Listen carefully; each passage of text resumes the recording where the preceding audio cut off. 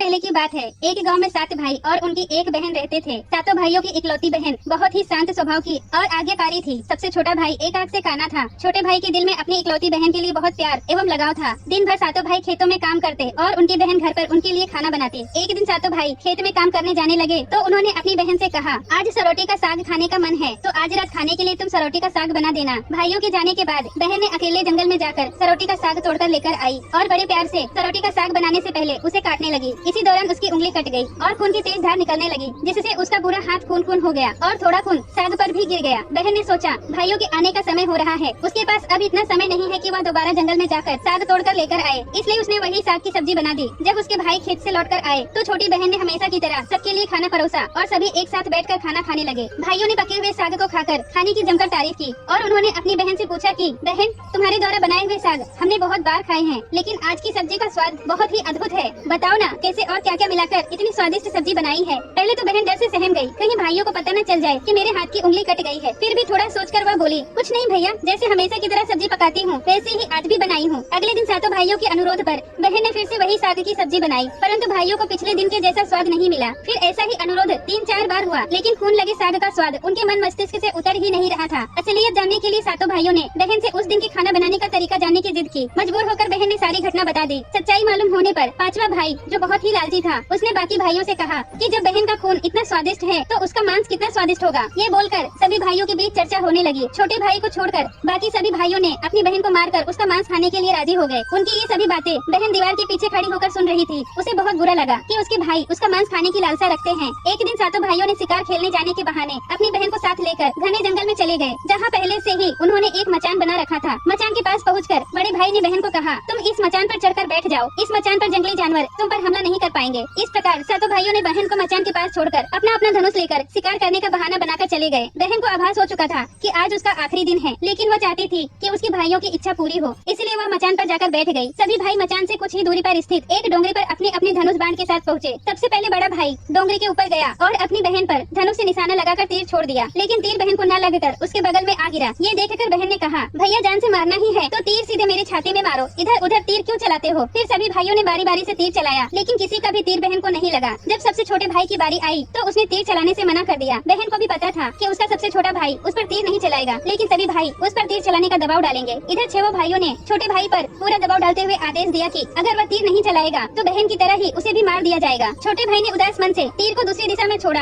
हर बार की तरह इस बार भी बहन ने कहा, भैया जान से मारना ही है तो तीर को सीधा मेरी छाती में मारो, इधर उधर तीर क्यों चलाते हो। इतने में ही छोटे भाई का तीर सीधे बहन के सीने को भेद दिया और बहन की आत्मा शरीर से बाहर निकल गई और उसकी आत्मा उसी स्थान पर भटकने लगी, ये देखने के लिए कि उसके शरीर का मांस खाने के लिए उसके भाई कितने उतावले हैं। बहन की मौत के बाद सभी भाई मचान के पास आए और बहन के शरीर को काटने लगे। छोटा भाई यह सब देखकर फुट फुट कर रोने लगा। तब बड़े भाई ने बहन के मांस को पकाने के लिए बहुत सारी सूखी लकड़ियाँ लाने के लिए उसे जंगल में भेज दिया। छोटे भाई ने जंगल में ढेर सारी सूखी लकड़ियाँ जमा कर ली। उसके भाई ने जो लकड़ी लाने के लिए रस्सी दी थी वह बहुत छोटी थी, वह रस्सी इन लकड़ियों को बांध नहीं सकती थी। देर होने के डर से छोटा भाई उदास होकर रोने लगा। तभी वहाँ से एक नाग गुजर रहा था। उसने छोटे भाई को रोते हुए देखा तो पूछा, तुम क्यों रो रहे हो। तब छोटे भाई ने कहा, मेरे बड़े भाइयों ने मेरी बहन को मारकर उसका मांस पकाने के लिए मुझे लकड़ियाँ लाने के लिए भेजा है। मेरी रस्सी छोटी है, इनसे मैं लकड़ियाँ नहीं ले जा सकता। अगर मैं समय पर नहीं पहुँचा तो मेरे भाई मुझसे नाराज हो जाएंगे और बहन की तरह मुझे भी मार देंगे। उसकी बात सुनकर नाग ने कहा, मैं इन लकड़ियों में रस्सी की तरह चिपक जाता हूँ और तुम जैसे ही वहाँ लकड़ियाँ रखोगे तो मैं धीरे से निकल जाऊंगा। और छोटे भाई ने ऐसा ही किया। तभी बड़े भाई यह देखकर चकित थे कि कैसे उनका छोटा भाई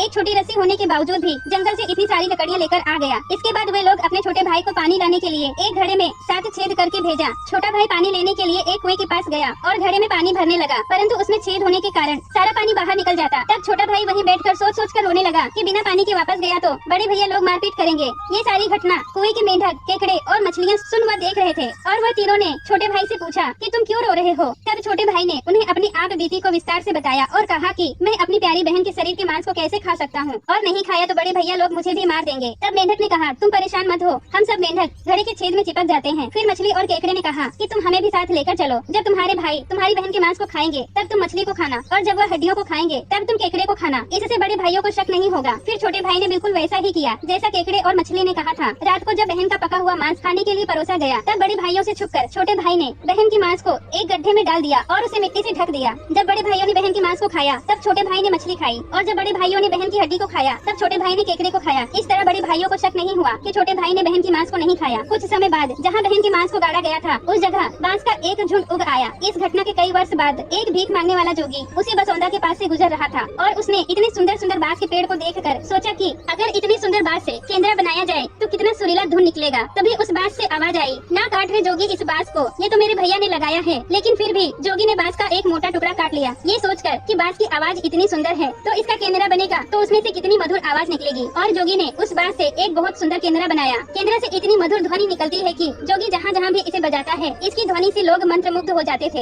एक दिन जोगी घूमते घूमते बड़े भाई के घर पहुँच गया और अधिक धन के लालच में जोगी ने जोर जोर से केंद्रा बजाना शुरू किया। परंतु इस बार केंद्रा की मीठी सुरीली स्वर कर्कश हो गई और जब भी जोगी कुछ नया धुन बजाने की कोशिश करता तो बार बार एक ही धुन निकलती, ना बाज रे केंद्रा ना बाज रे केंद्रा, ये तो है मेरे दुश्मन का घर। बार बार यही धुन निकलने पर बड़े भाई ने जोगी को मारपीट करके अपने घर से भगा दिया। ऐसे ही घूमते घूमते जोगी हर एक भाई के घर गया, लेकिन हर बार की तरह वही धुन निकलती, ना बाज रे केंद्रा ना बाज रे केंद्रा, ये तो है मेरे दुश्मन का घर। ये धुन सुनकर सारे भाइयों ने जोगी को डांट डपट कर घर से भगा दिए। अंत में जोगी छोटे भाई के घर पहुंचा। छोटे भाई के द्वार पर पहुंचते ही केंद्रा खुद ही बजने लगा, जोर जोर से बाज रे केंद्रा, जोर जोर से बाज रे, ये तो है मेरे छोटे भाई का घर। इतना मधुर मीठा स्वर सुनकर छोटे भाई को अपनी बहन की याद आ गई और यह धुन सुनकर छोटे भाई से नहीं रहा गया तो उसने जोगी से केंद्रा की मुंह मांगी सोने की मुहर देकर उसे खरीद लिया और जोगी की अच्छी खातिर बात करके उसे विदा किया। धीरे धीरे समय बीता। एक दिन छोटे भाई को अपने काम से कुछ दिनों के लिए बाहर जाना था। जब वह वापस आया तो उसने देखा कि उसका कमरा बहुत सुंदर ढंग से सजाया है और घर के सारे बर्तन अच्छे तरीके से रखे हुए हैं। यह देखकर उसे हैरानी तो हुई लेकिन उसने ज्यादा ध्यान नहीं दिया। जब भी छोटा भाई काम से बाहर जाता यही घटना हर बार देखने को मिलती। उसका कमरा सजा सजाया और साफ सुथरा रहता। छोटे भाई के मन में यह जानने की जिज्ञासा उमड़ी कि आखिर मेरे घर को इतनी सुंदर ढंग से कौन सजाता है। वह अपने भाइयों तथा भाभियों से भी पूछता है लेकिन वो लोग सजावट करने की बात से साफ इनकार कर देते हैं। एक दिन छोटे भाई ने सच्चाई का पता लगाने के लिए किसी काम का बहाना बनाकर घर से निकला और चुपके से वापस आकर अपने कमरे में रखे एक चटाई के अंदर छुप गया। कुछ समय के इंतजार के बाद छोटे भाई ने देखा कि एक खूबसूरत सी लड़की केंद्रा के अंदर से बाहर निकली, कमरे के अंदर आई और सारे कमरे की साफ सफाई कर वापस उसी केंद्र में समा गई।